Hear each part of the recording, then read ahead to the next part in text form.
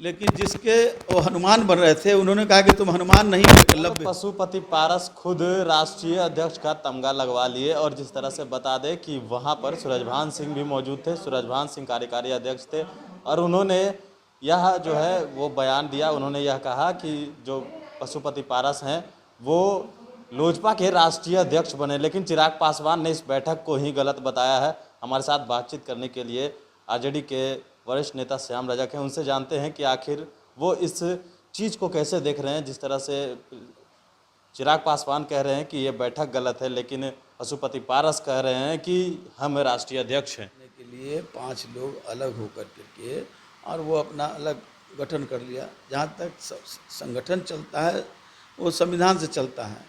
जहाँ तक उनकी बात आई है चिराग पासवान जी की कि संविधान में जो प्रयोजन है उस प्रयोजन के आधार पर वो बैठक करने के लिए भी अधिकृत नहीं है। और फिर वहाँ नेशनल एग्जीक्यूटिव के भी लोग नहीं थे, जैसा लोग भी बताते हैं। तो जब नेशनल एग्जीक्यूटिव ही नहीं था तो किसके आधार पर चुनाव हो गया? बैठक बुलाने का अधिकार नहीं था, फिर किसको? ये तो स्वयंभू अध्यक्ष बन गए हैं। स्वयंभू अध्यक्ष बन जाए उससे क्या लेना देना है। लेकिन उनके जो अनुयायी हैं वो पूरे रूप से मजबूती के साथ चिराग पासवान के साथ हैं। एक सवाल है कि पशुपति पारस ने कहा है कि इस तरह का कोई संविधान में कोई चीज़ नहीं है। उन्होंने कहा कि 2 से 3 साल पर राष्ट्रीय अध्यक्ष का जो चुनाव है वो होना चाहिए। अब वो तो टाइम की कॉपी उनको दिखलाना चाहिए। अगर वो इस बात पर हैं तो उनको संविधान को बताना चाहिए किस धारा में। जहाँ तक मुझको मालूम है कि लोजपा की धारा, संविधान की धारा 19A में ये बात कही नहीं गई है कि कोई आदमी बैठक बुला सकता है। उसमें तो साफ है अध्यक्ष को अपने मरने के बाद या उनके दल उनको अपने से त्याग देने के बाद ही दूसरा कोई अध्यक्ष बन सकता है। तो जो जहाँ तक मैं जानता हूँ, अगर उनको ज़्यादा जानकारी है संविधान का तो उनको इसके बारे में मीडिया को और लोगों को बताना चाहिए। RT-PCR घोटाला, देखिए मैं तो पहले से कह रहा हूँ कि इस राज्य में न तो ठीक से जांच हुआ, न लोगों को वैक्सीन मिला, न लोगों को अस्पताल में ऑक्सीजन मिला, न लोगों को अस्पताल में जो सुविधा होना चाहिए वो नहीं मिला।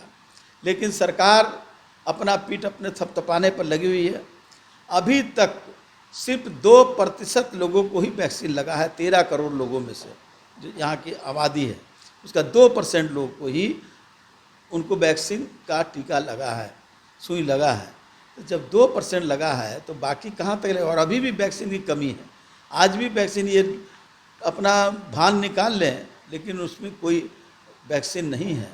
उसी तरह से RT-PCR पहले इन्होंने कहा था, माननीय मुख्यमंत्री जी का ही था कि आज जांच करें और शाम तक उनका रिपोर्ट देना चाहिए। लेकिन 7-7 दिन 8-8 दिन जांच होते रहा और रिपोर्ट नहीं आते रहा। तो ये है, तो ये तो साफ है ये दिखावटी है और ये घोटाला है RT-PCR का। कहीं कोई जांच नहीं हुआ, जांच दूसरी जांच हुई, RT-PCR का जांच नहीं हुआ। तो मुख्यमंत्री जी को खुद इसके बारे में प्रायश्चित करना चाहिए और कहना चाहिए कि मेरी बातों को भी स्वास्थ्य विभाग नहीं मान रही है, इसलिए कि भारतीय जनता पार्टी के अधीन स्वास्थ्य विभाग है, वो मुख्यमंत्री की बातों को कोई दलील को कोई संज्ञान नहीं लेता है। क्या लगता है कि जिस तरह से बीजेपी के हनुमान बता रहे थे चिराग पासवान, किस तरह से देखते हैं अभी जो हो रहा है? देखिए वो तो अपने को हनुमान मान रहे थे, लेकिन जिसके वो हनुमान बन रहे थे उन्होंने कहा कि तुम हनुमान नहीं हो, एकलव्य हो।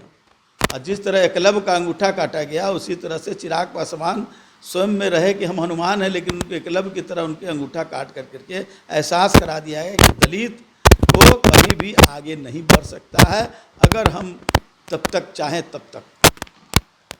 तो ये थे हमारे साथ श्याम रजक। जिस तरह से कहा जा रहा था जब विधानसभा चुनाव हुआ था उस वक्त चिराग पासवान कह रहे थे कि हम जो हैं वो प्रधानमंत्री नरेंद्र मोदी के हनुमान हैं, लेकिन अब इस प्रेस कॉन्फ्रेंस के दौरान भी कहा कि अगर हनुमान राम से मदद मांगे तो राम और हनुमान कैसा। अब देखने वाली बात यह हुई कि जब मंत्रिमंडल का विस्तार होता है तो उस वक्त मंत्री कौन बनता है, ये देखने वाली बात होगी। बने न्यूज़ नेशन के साथ नमस्कार।